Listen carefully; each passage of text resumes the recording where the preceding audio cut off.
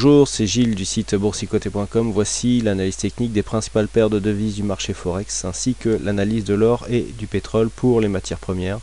Nous sommes aujourd'hui le vendredi 8 février 2013. Et nous commençons tout de suite par l'euro-dollar. Donc l'euro-dollar qui, suite à l'accélération d'hier ici, a montré que le signal baissier était clair, puisque nous avions précédemment ici cette précédente résistance qui avait agi comme un support. On était revenu ici confirmer une ancienne résistance et puis le mouvement s'est accéléré à la baisse. On a cassé donc cet ancien support des 1,3476.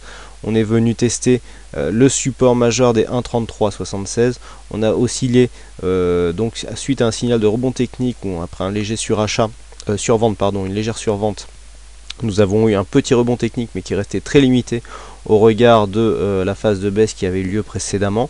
Nous aurions pu largement remonter ici sur la zone des 1,3476 et puis dans l'après-midi ici la cassure a commencé à se confirmer, donc une cassure des 1,3376 qui laisse entrevoir ici dans la foulée une cassure des 1,3349 pour arriver ici dans une zone 1,3370-60 comme je l'ai annoncé sur le chat dans l'après-midi. Donc là la dynamique est clairement orientée à la baisse. Nous avons ici des trendlines qui sont largement baissières. Nous n'avons aucun signal de retournement actuellement, donc pour l'instant c'est la baisse qui l'emporte. On ne voit pas trop ce qui peut arrêter la paire euro-dollar aujourd'hui, puisque même après un rebond technique, la paire de devises n'a que très peu remonté, est déjà en train de baisser alors même que les indices sont en train de marquer des points hauts court terme. Donc on sent bien ici que la phase de baisse est très puissante et qu'elle correspond à une phase de retracement. Alors il faut dire qu'on a beaucoup monté dernièrement. C'est vrai que lorsqu'on s'écarte un petit peu, on peut remarquer que finalement cette phase de baisse reste anecdotique par rapport à toute la hausse qui a été enregistrée. Quoi qu'il en soit, en écartant un petit peu, et ce n'est pas innocent cette vue, on peut s'apercevoir que cette zone des 1,3376, qui était une zone majeure, correspond à une zone de support de continuité haussière, puisqu'elle était précédemment résistante, et que le fait de casser ici cette zone et de revenir par exemple sur les 1,33 voire 1,3280 pourrait nous donner ici des points de retournement, puisque nous aurions dans ce cas là un retour sur ce support ici et de ce fait avoir des figures de retournement avec une grosse amplitude. Donc attention à ne pas trop descendre, puisque on pourrait avoir ici un retournement majeur qui pourrait s'opérer sur ce mouvement. Quoi qu'il en soit, tant que la cassure n'est pas plus forte, puisque là on est en test sur cette zone, l'euro-dollar donc reste haussier moyen long terme. Par contre la tendance court terme elle reste baissière, malgré ici le signal de rebond technique que nous avons sur le MACD qui n'est absolument pas suivi sur les cours. On continue avec le câble, donc la paire livre sterling contre dollar américain, qui nous fait une belle figure de retournement. Alors hier je vous disais qu'il y avait déjà des signaux, on avait vu qu'on avait une petite divergence et qu'on était repassé ici avec cette moyenne mobile comme un support. Et bien la suite ne s'est pas faite attendre, puisque nous avons ici une dynamique qui a repris, qui s'est accélérée dans la journée. On est venu casser ici cette zone majeure des 1,5744 dont je vous avais indiqué qu'il faudra absolument la casser d'une manière un peu plus puissante que le test que nous avions eu hier. Et puis on a accéléré pour venir ici rejoindre directement cette zone des 1,5840, alors zone qui était déjà une zone identifiée, et donc suite à ce mouvement, nous sommes revenus ici sur le support qui est devenu support puisque précédemment était résistance, des 1,5804. Donc on est clairement sur une phase de retournement avec quasiment une épaule tête épaule. On n'a pas une ligne de coup bien définie, ce qui m'empêchera de valider cette figure. Qui plus est, on a une tête ici qui est un petit peu large et un manque de profondeur ici pour définir la ligne de coup. Donc bon, on est sur une phase de retournement, on est clairement entre la bande de Bollinger et la moyenne mobile 20 exponentielle. Attention ici au surachat qui commence à apparaître sur les oscillateurs, le MACD qui commence à avoir une belle amplitude. On a ici un rebond technique qui, de par son amplitude, nous indiquera si ce début de tendance haussier ce début de tendance haussière, pardon, peut être pérenne ou pas. Donc pour l'instant, nous sommes vraiment en sortie de tendance baissière. Hein. Si on prend un petit peu de recul, on peut remarquer donc cette tendance qui est bien restée ici sous sa moyenne mobile 20 exponentielle. Hein. On a été vraiment très régulier. Ensuite, on provoque une cassure ici.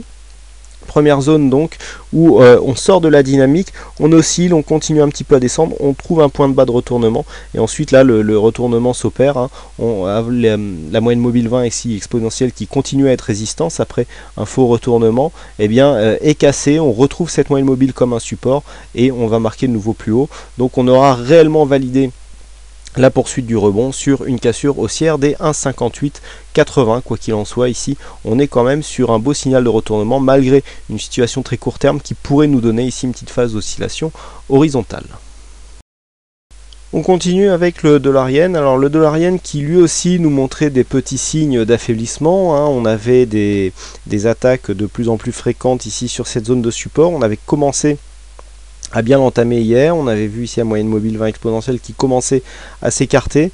On est revenu ici dans la nuit et puis au petit matin on a cassé ici la zone de support de cette tendance pour finalement aller marquer un nouveau point bas donc qui marque une phase d'exagération. On retrouve ici la moyenne mobile 50 avant de marquer un petit rebond technique et donc certainement une validation, une continuité de cette sortie de dynamique. Alors attention, on commence à avoir une survente qui apparaît sur les oscillateurs, mais surtout un mouvement de tassement ici sur le MACD. On pourrait avoir un petit rebond technique en direction ici de la moyenne mobile 20 exponentielle. On pourrait même remonter jusqu'ici les 93,20.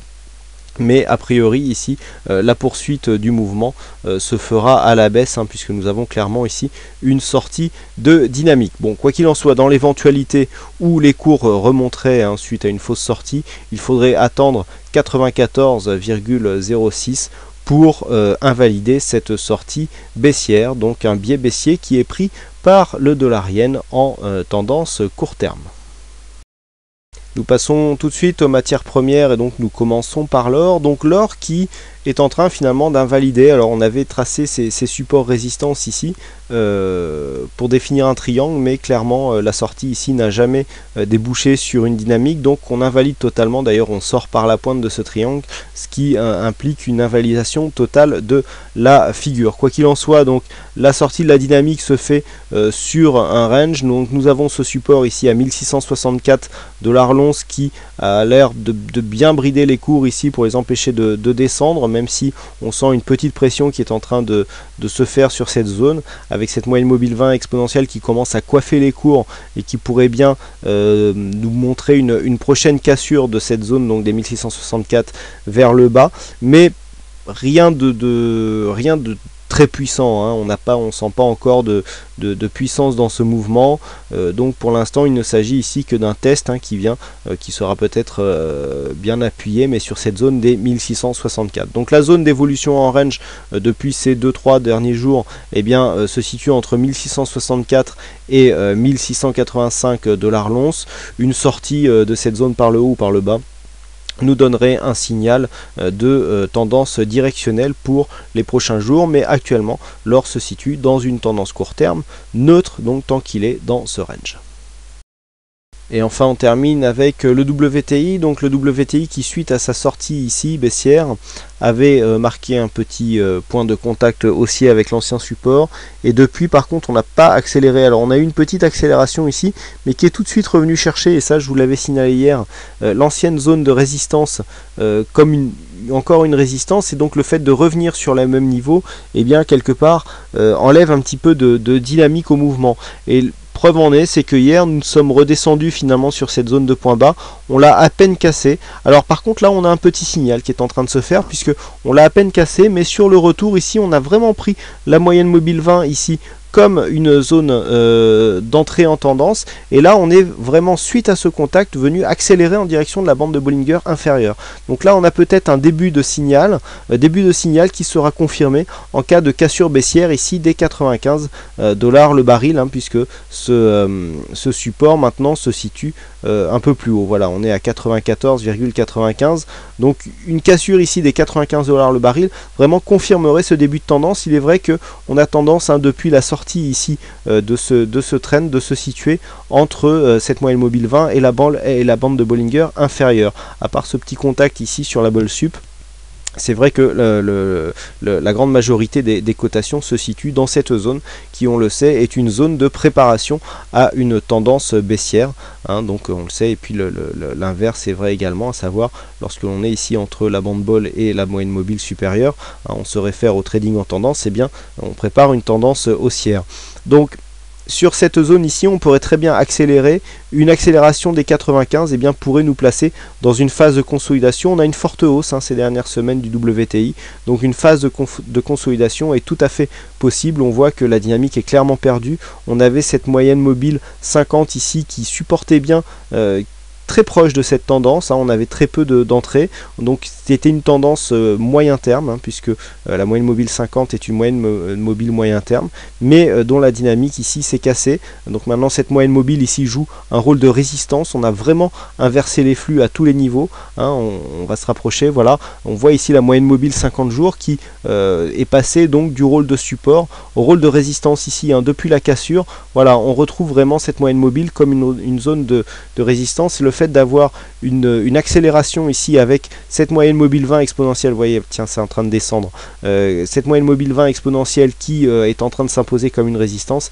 prouve que l'on va certainement avoir une accélération baissière sur le WTI. Donc une tendance ici qui est en train de passer à la baisse après avoir cassé ici la dynamique sur cette sortie de tendance. Donc baissier sur le WTI. Voilà ce que l'on peut dire donc sur ces analyses techniques Forex et matières premières. Il ne me reste plus qu'à vous souhaiter à toutes et à tous une bonne soirée, bonne chance dans tous vos trades futurs. Et je vous donne rendez-vous dès la semaine prochaine pour plein d'autres analyses techniques en vidéo. Bon week-end et à la semaine prochaine.